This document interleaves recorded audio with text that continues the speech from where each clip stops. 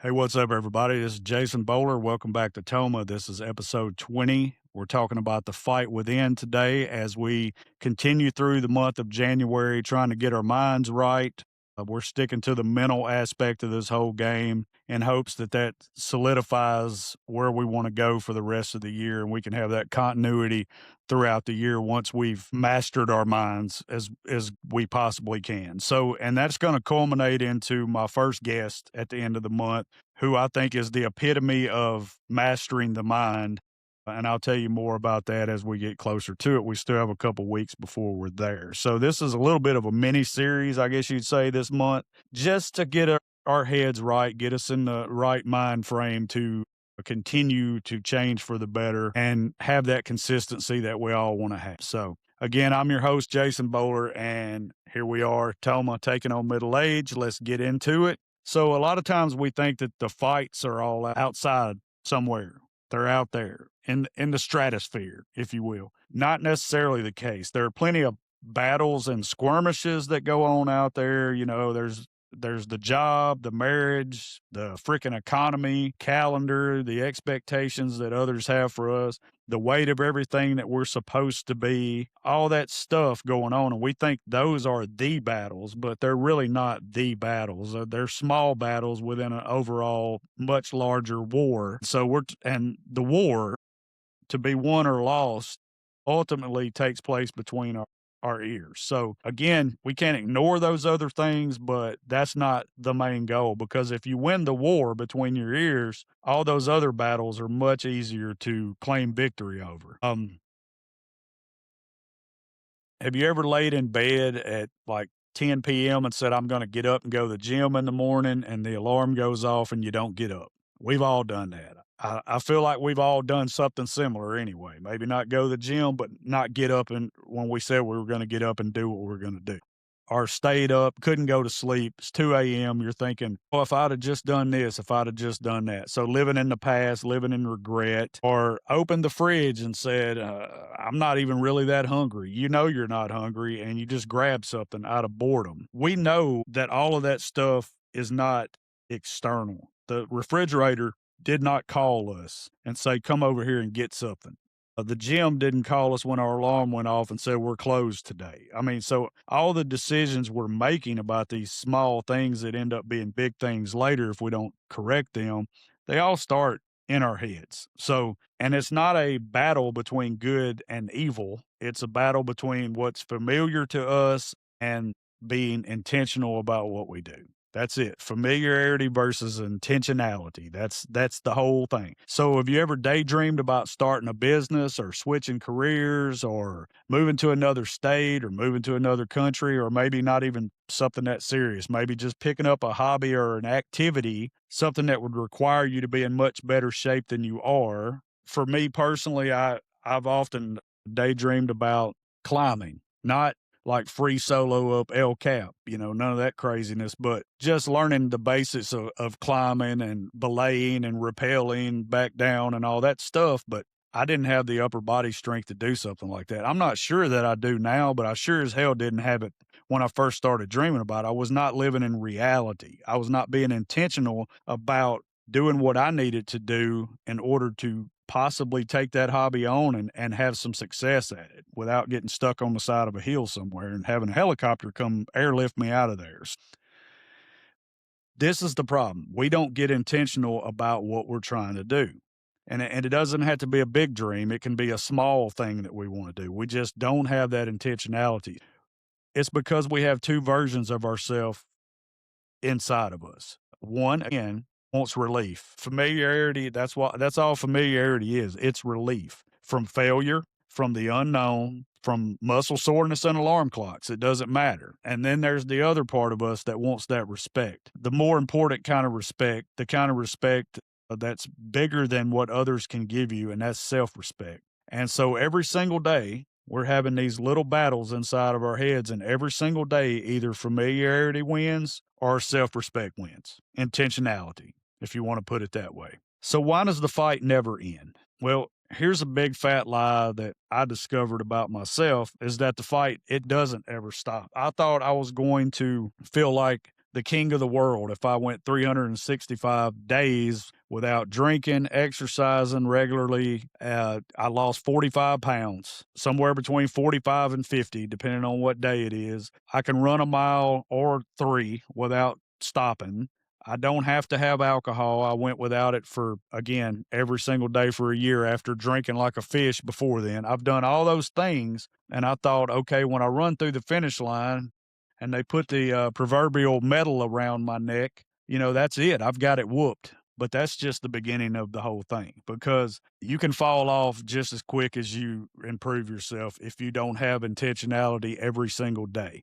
And that doesn't mean that we're perfect. That doesn't mean if we make one mistake, we may as well throw it all out because we've screwed up. It just means showing up for the fight every day. You don't win every day, but you got to show up and at least try to fight every single day for self improvement. Self improvement is the key to, I believe, joy, because most of our lack of joy in this world comes from unrealized dreams and expectations that we've set for ourselves. So we can fix that. If you want to be happier, get in a habit of doing what you say you're going to do, because then you'll walk around with self respect, and people with self respect tend to be happier people. So it's hard to set a goal and reach it, but it's even harder to set a goal and then reach it and then continue with that goal. And this is why, to me, fad diets and medications rarely produce sustainable results, because there's no mind shift going on. There's not a complete mind shift that takes place that causes a permanent lifestyle change. Now, I'm not a doctor. If your doctor says, hey, you're good to take Ozempic, you're good to get lap band surgery, you're good to get liposuction, whatever, but that's between you and your doctor. That is 100% not my business. It's just my experience shows me that the easier it is to take care of a problem like that with little to no work on your part, the easier it is to lose everything you just gained and give it all right back. So if you work hard for something, if you work hard to earn that weight loss, you're less likely to backslide and gain it all back. And so that only comes from regular exercise and diet as far as sustainability goes. And that's the hard part. So you could take the Ozempic, you could lose 50 pounds in like record time, but unless you're planning on taking Ozempic the rest of your life, and I don't even know if you're allowed to do that, what are you going to do when you start gaining it back? You're just going to go take Ozempic again. You're going to be on a cycle of it. The best thing to do in that case is, even if you start and lose weight initially through something like that, is to take advantage of it, like we all probably should have done during COVID. Like, everybody should have been a physical specimen by the time COVID was over, and most of us sat around and ate potato chips. I know I did, and drank too much. But if you're going to take that route where it's easier for you to lose weight through something like Ozempic or surgery or whatever, and the doctor says you can exercise, then you may as well take advantage of being a little lighter on your feet, and that way you're less likely to gain it back. And this is where the hard part comes in. It's easy to reach the initial finish line, but the trick is there is no finish line. The race continues forever. All right. So you don't get to retire. You don't get to do any of that. So again, there are two voices in your head. One is the comfort voice that we've talked about. And if I'm being completely honest, to me, that's the sissy voice. Today's modern man, myself included in a lot of ways. So I'm not throwing stones out here, but we're kind of soft. We really are. We want relief. We avoid tension of any kind. We justify shortcuts. We value ease over pride of a hard work and a job well done. And when that voice is talking to us, it's not honest. It doesn't say, hey, go destroy your life. It says stuff like, hey man, just do this and take the edge off, or it's okay to skip today. Just this once won't hurt. You deserve it. But look around. I've just asked you if you're a fan of this show. Hopefully, we have some things in common. I will not go into like politics, because that ain't what this is about. But it kind of is when it comes to our society at large, because it plays such a big role in politics. If you look around at the modern man in the United States of America, for the most part, what do you see? I see us getting weaker and weaker as we go. And comfort will do that to you. It's a societal issue at this point. The obesity rate's out of control. There's the drug use, the alcohol use is out of control. It's gone way beyond just recreational, and just people live their lives one day at a time just to take the easiest route they can take. Nobody's doing the hard stuff. When I say nobody, I mean generally speaking, most people aren't doing the hard stuff, and it's hurting our society. But I'll ask you another question.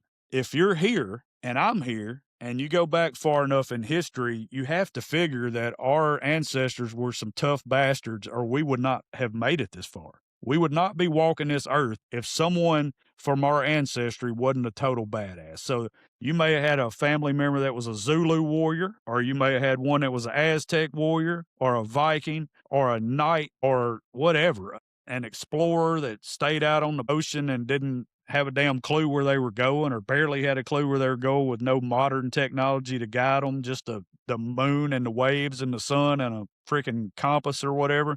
I mean, these people are not weak. This is where we come from. It's almost our duty to keep at least some of that alive, even if it's just a workout every day. We don't have to get out in the front yard and like try to kill each other with a battle axe. We just need to do something to kind of stay in touch with that ancestry, because if we don't, as society continues to go, it's just going to get softer and softer and softer. And next thing you know, we're all going to just be talking to each other on the phone, because we're not going to be able to walk, because we're all going to be Jabba the Hutt. Okay, that's just my spiel on that one.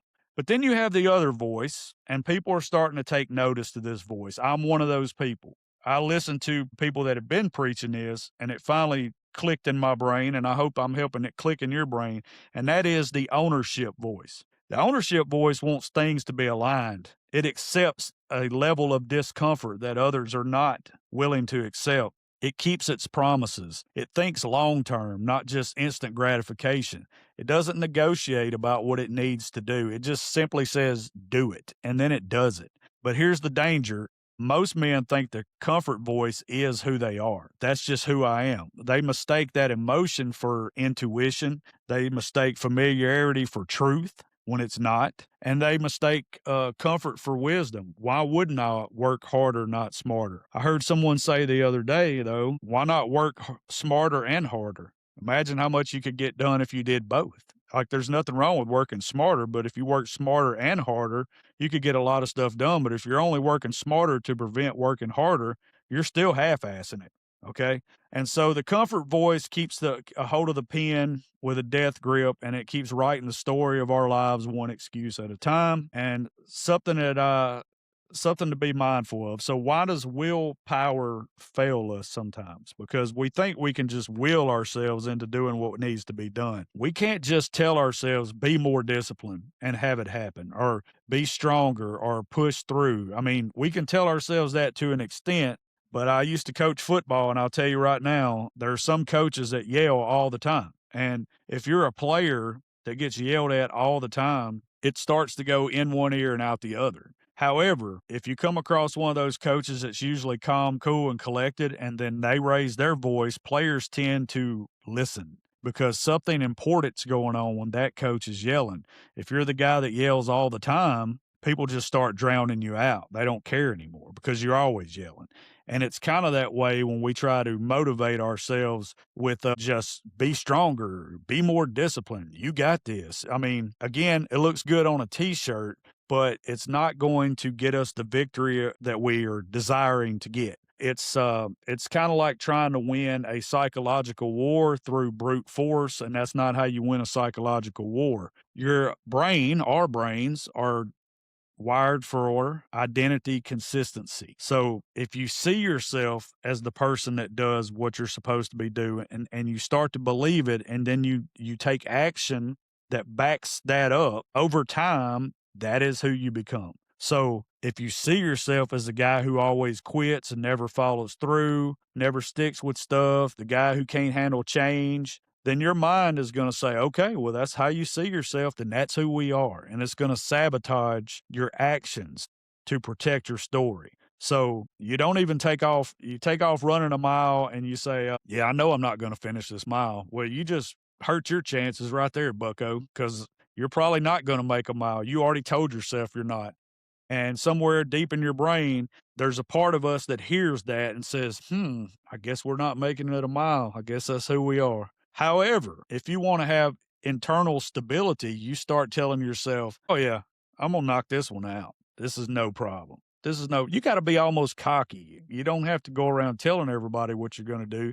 You just have to tell yourself what you're going to do. And you don't have to be a cheerleader for yourself. You just say, hey, this is what we're doing because this is what I do.